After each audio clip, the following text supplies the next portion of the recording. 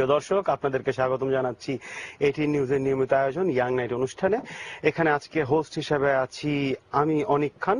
আমি এটি নিউজের এই প্রোগ্রামের একজন হোস্ট এবং রিসার্চার, এবং আমি বাংলাদেশের জন্মেছি, জন্মসূত্রে বাংলাদেশের মানুষ, এবং আমি একজন সম্ভ্রান্ত মুসলিম পরিবারে জন্মেছি, সেই সূত্রে এবং বিশ্বাসে একজন মুসলমান, এবং আমি ছড়া লিখি, এবং আমি আমার যাবতীয় উন্মাদ পত্রিকার নির্বাহী সম্পাদক, এবং যাবতীয় যা কিছু আমার যা কর্মকাণ্ড এবং যা পরিচয় সবকিছু নিয়ে আমি ভীষণভাবে গর্বিত।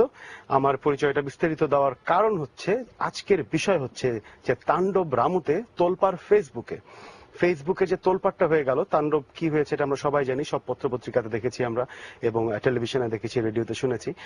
তাণ্ডব নিয়ে আমরা আজকে খুব একটা বেশি কথা বলবো না, কিন্তু তাণ্ডবের পরবর্তী বা তাণ্ডবকালীন সময় যে ফেসবুকে যে তোলপাড়টা হলো, এইটা নিয়ে আমরা কিছুটা আলাপ করব। এবং ফেসবুকে যে তোলপাড়টা হয়েছে, সেই তোলপাড়টা আমরা লক্ষ্য করেছি যে বেশ কিছু মানুষ এই তোলপাড়টাকে একটা অন্য ধারা, একটা অন্য অ্যাঙ্গেলে নিয়ে যাওয়ার চেষ্টা করেছেন, যেখানে ধর্ম বা পরিচয়, মানুষের কাজ, মানুষের কর্ম, এই ইস্যুগুলো খুব প্রকটভাবে উঠে এসেছে। তো এইটা নিয়ে আলাপ করার জন্য আজকে আমরা আমন্ত্রণ জানিয়েছি ইয়াং নাইটে দুজন ভদ্রলোককে। প্রথম জনের সাথে পরিচয় করেছি বিশ্বজিৎ বড়ুয়া। ওনাকে আজকে পরিচয় দিচ্ছি আমরা সোশ্যাল অ্যাক্টিভিস্ট হিসেবে, যিনি নিজে রামুতে গিয়ে বিভিন্ন ত্রাণ সামগ্রী দিয়েছেন মানুষজনকে, এবং ত্রাণ সামগ্রী পৌঁছে দিয়েছেন, সংগ্রহ করেছেন বাংলাদেশের এবং বাংলাদেশের বাইরের বিভিন্ন জায়গা থেকে জিনিসপত্র সংগ্রহ করে খুব অল্প সময়ের ভিতরে বেশ 2-3টা ট্রিপ তারা দিয়েছেন, এবং সেখানে ত্রাণ সামগ্রী পৌঁছে দিয়েছেন রামু এবং রামুর ভিতরেও অনেক রিমোট এলাকায়। বিশ্বজিৎ বড়ুয়া, আপনাকে অনেক স্বাগতম আমাদের অনুষ্ঠানে। এবং গর্বের সাথে বলছি, আমাদের বিশ্বজিৎ বড়ুয়া কিন্তু আমার উন্মাদ পত্রিকার একজন কমরেড, একজন সহযোদ্ধাও।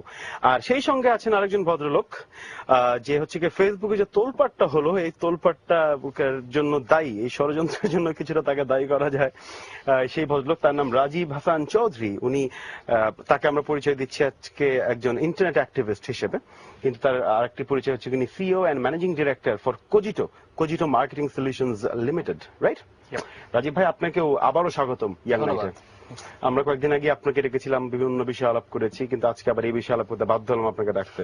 যে ঘটনাটা আপনি মাঝখানে ঘটিয়ে দিলেন, এই ঘটনাটা খুবই ইন্টারেস্টিং একটা ঘটনা। যে ফেসবুকে আপনারা যেটা করলেন রামুর এই তাণ্ডবটার পরে, যে একটি ভিডিও আপনারা পোস্ট করলেন, একটা ভিডিও তৈরি করলেন নিজেদের অফিসে বসে, এবং আপনারা এটা জাতির কাছে একটা সরি জানানোর মতন, বা নিজেরা আমরা যে দুঃখিত, এরকম একটা ভিডিও আপলোড করলেন, এবং 8ই অক্টোবর বললেন যে আগামী 8ই অক্টোবর আমরা ব্ল্যাক আউট করবো, সবার প্রোফাইল পিকচার কালো করব যারা এটার সাথে সহমত পোষণ করছেন।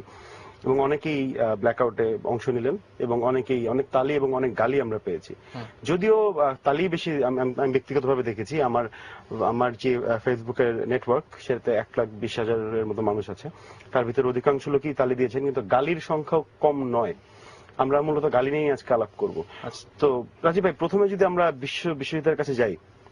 বিশ্বজিৎ, তুমি তো একদম সরেজমিন দেখেছো ওখানে, যে এখন রামুতে কি অবস্থা বা তখন কি অবস্থা ছিল।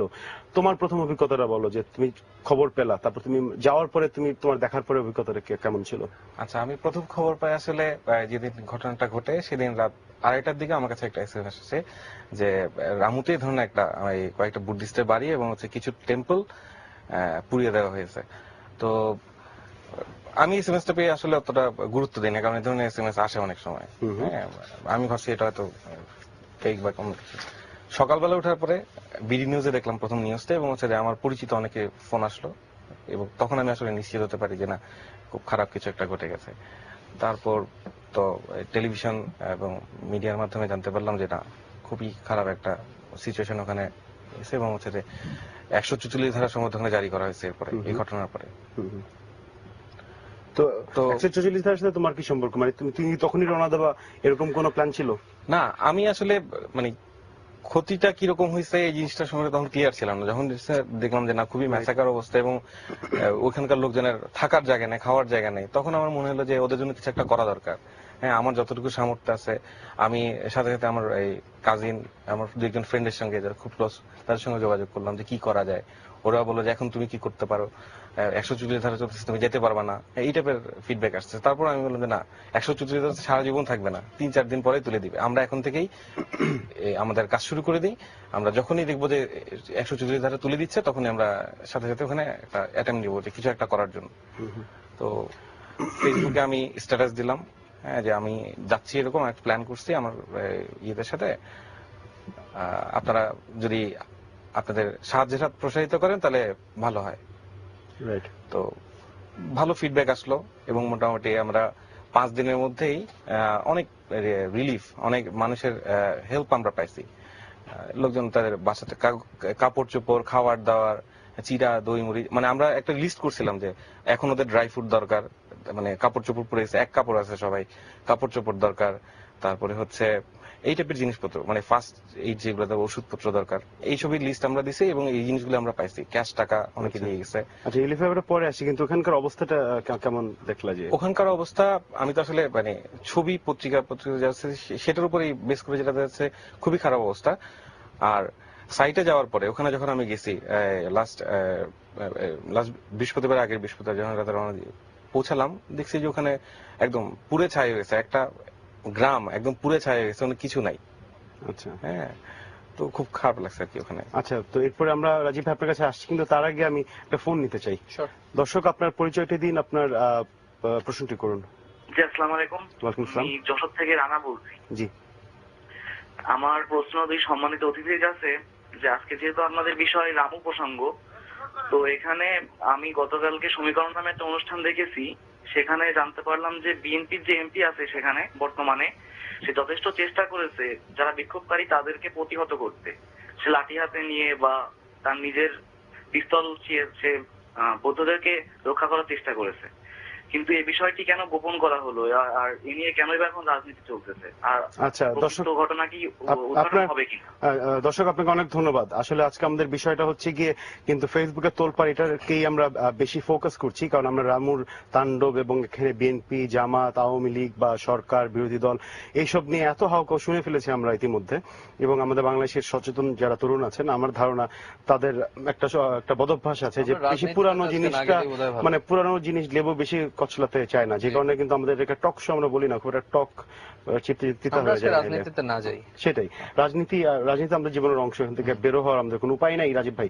কিন্তু যাই হোক, উনি যে কথাটা বলছিলেন যে বৌদ্ধদের বাঁচানোর জন্য এবং মুসলমানরা হয়ে উনি বাঁচেছেন, এই যে দেখেন একটা অ্যাঙ্গেল কিন্তু বারবারই নিয়ে আসা হচ্ছে যে বৌদ্ধ বনাম মুসলমান, বা মুসলমানরা বৌদ্ধদের এটা তাণ্ডবটা চালিয়েছে, মেরেছে বা এই ধরনের।